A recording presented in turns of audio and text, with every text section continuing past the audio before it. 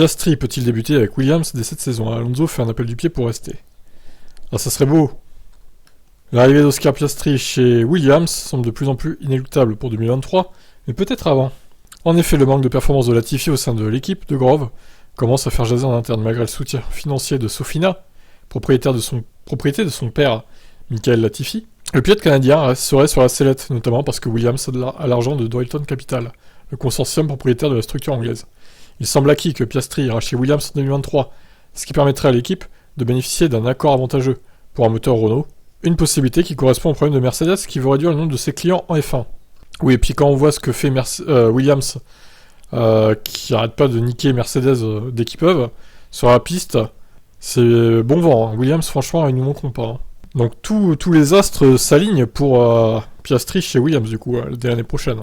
Il semble donc acquis que Piastri ira chez Williams, ce qui permettrait, bon, ça c'est vu, il se pourrait que l'Australien fasse ses débuts en catégorie 1 plutôt que prévu.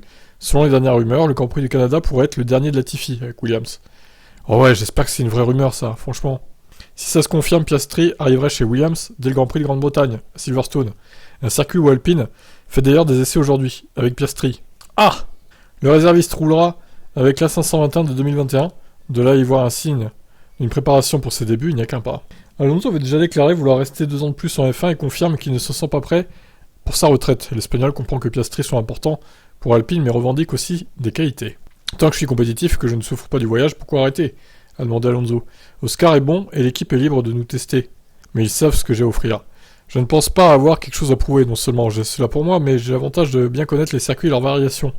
Ce qui est un détail important, je n'ai pas vraiment changé depuis mes 25 ans.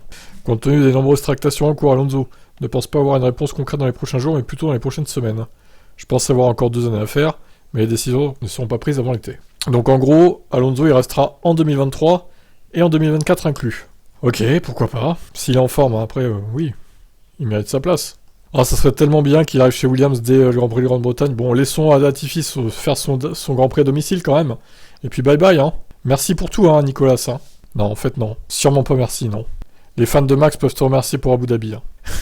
Le mec qui relance la polémique. Allez, je vous laisse commenter. Ciao, ciao.